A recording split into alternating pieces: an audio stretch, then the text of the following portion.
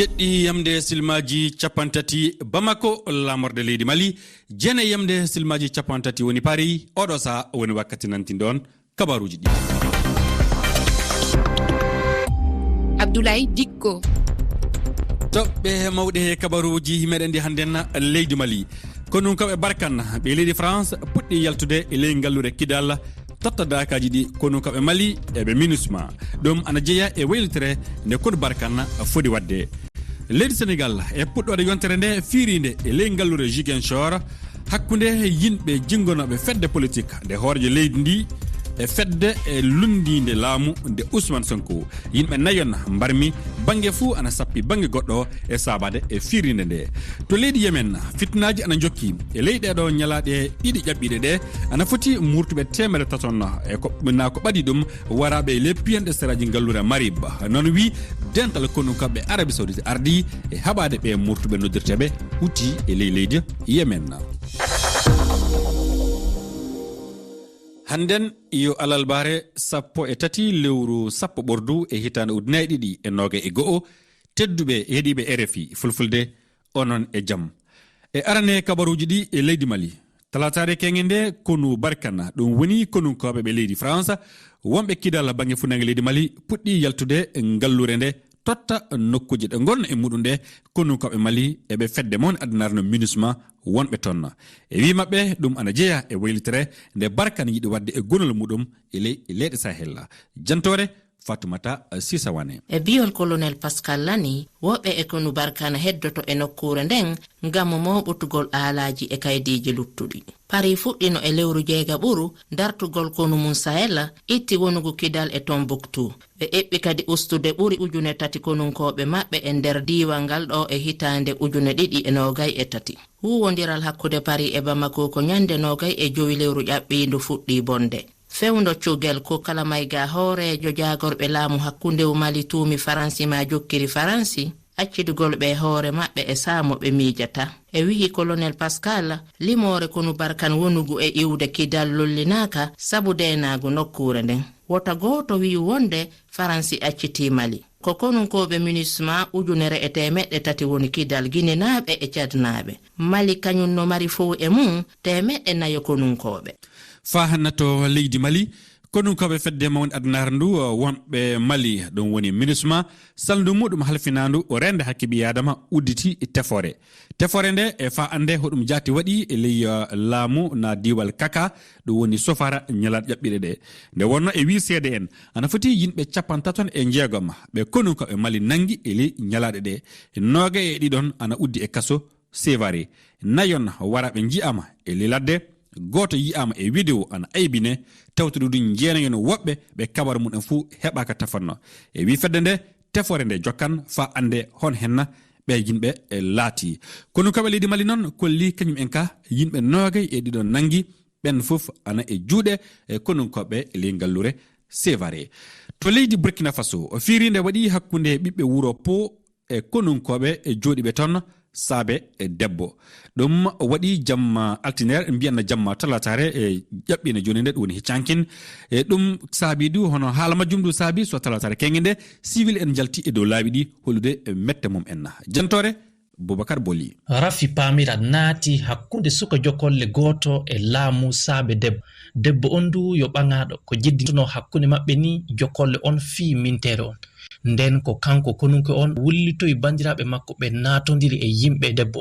ɗum saabe ke mbarmiɓe hewɓe e le jemma on ɗe golle hawranay ɓiɓɓe wuro ngon fay seɗɗa e le ɗon ɓe jalti e dow laabi kegam ɓe kolli mittu maɓɓe ko haɓɓudi e golle ɗe ɓe yimɓe jonoɓe daranade ndenagu leydi fu gati wakkati majjum kibaruji ƴuuri dow mawɓe laamu en kollake ɗe golle leeɓay sabu wakkatiji tiɗuɗɗi leydi meɗen wondi hannden ɗi na won ɗon ko ɓuri wandude ko wana ɗum yo rafi denaku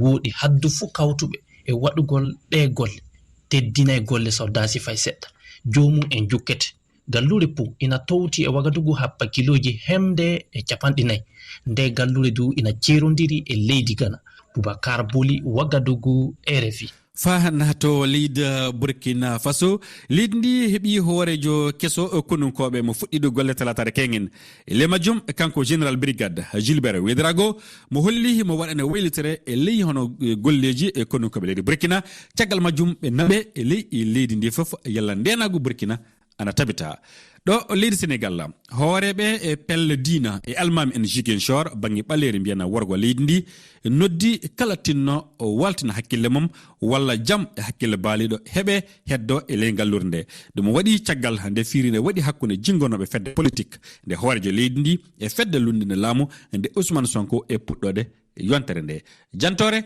Abdoulaye Diallo. Diwal Ziguinchor e hordore leydi Sénégal caggal ngal tiɗodiral waɗugal hakkunde jinganayɓe o lundiyankejo Ousmane Sonko ardiɗo fedde politique Pastef e gollidiɗo laamu ngun Doudou Ka pelle dinankeɓe julnoɓe ngal diwal noddi jam ɓe ɓuttu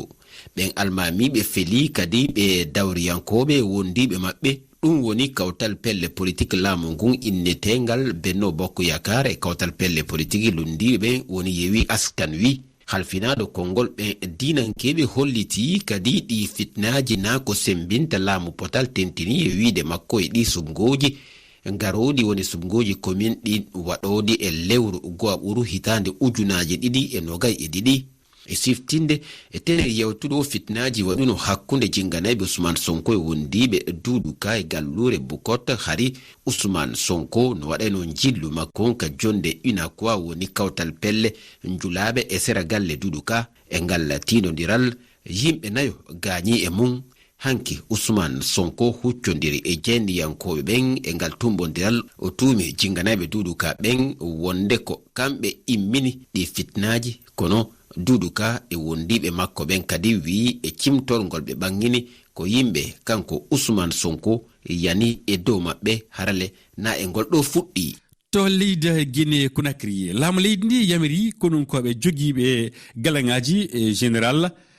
ko ɓuri e capanɗe nayon jaha e foftere ɓen tawanoɓe Alpha Condé hoorejo leydi ndi kiɗɗo tugino e laamu muɗum yeru général Sékouba Konaté hoorejo kiɗɗo laamu hakkunde leydi Guinée général Namori Traoré hoorejo konunkoɓe kiɗɗo général Ibrahima Baldé e gonnoɗo hoorejo gendarme en e tawtude général Maturin Bangoura kañum gonnoɗo gouverneur e Conakry laamu leydi ndi général Bourima Condé kañum wonno jagorɗo e kiɗɗo laamu kuɓeji aggitere guelle e tawtude kanko général Rémi Lama kañum wonno jagorɗo kiɗɗo daranoɗo cellal ɓiɓɓe leydi Guinée e Conakry.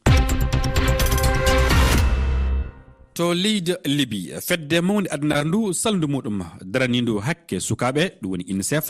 holli kulol mum nde waɗi du noddandu fewde e leyɗe ɗe e dow gurdam ko foti sukaɓe e rewɓe ujunere e dawɓe mbiyanna ɗanniɓe uddiɓe hannden e leydi Libye e wi fedde nde ɗo ɓen ɗon uddaɗo ana nawi no ɓe uddirani ana nawi gurdam maɓɓe du ana hulana. To leydi Yemen fitnayi ɗi ana jokki e leydi ndi e piyande ɗe hono nawi ɗeɗo ñalaɗe ƴaɓɓiɗe joni ɗe hakkunde laamu leydi ndi ɓe dental konunkoɓe wallodirte muɗum haɓade hono pelle murtude fedde ɗo noddirte nde hutti e ɗeɗo ñalaɗe ɗiɗi ƴaɓɓiɗe joni ɗe ana ɓaɗo yimɓe temedde taton jeeyaɓe ndeɗo fedde hutti en ɗum woni murtuɓeɓe waraɓe le seraji ngallure noddirte nde Mariba jantore Ummuba. O nder biol kawtital woni ko andina ittiriɓe maayoɓe e nder sa'iji 24 murtuɓe 134 warama ɗum ko e nder fiyande waɗirande laana weeyo kotoje maɓɓe 9 woni ko ɓe hulani ka gallure Al Abdiya e tenen e nder cimtol kadi no holli ko ɓuri utusuɓe 196 maayi e nder fahin diwal gotal ngal e talata ƴettanowo konngol yimɓe jogiiɓe kaɓirɗe Yaya Sari gungi ni hewtugol ɓe utusuɓe ka diwal Mariba nde fedde ɗo dartani Yemen gila hitande 2015 ɗum ko fi wallitago konunkoɓe leydi ndin ka bange kisal gila lewru ɗiɗaɓuru ɓe waɗayɓe fitina hino immani ngal diwal Mariba. talatare kengende nelaɓe fedde taliban e laamiɓe afghanistan hannden jiidi e nelaɓe leydi états-unis d'amérique e fedde denta leydi europe ngale kawrital waɗi doha leydi qatar jondi woni go'o ko hono ngal waɗa e wonɗon saha fedde leyɗe nogayi joguiɗe doole ko noddirte G20 ɓami aadi wallude pati heyɗere saba mayde yimɓe e leydi afghanistan.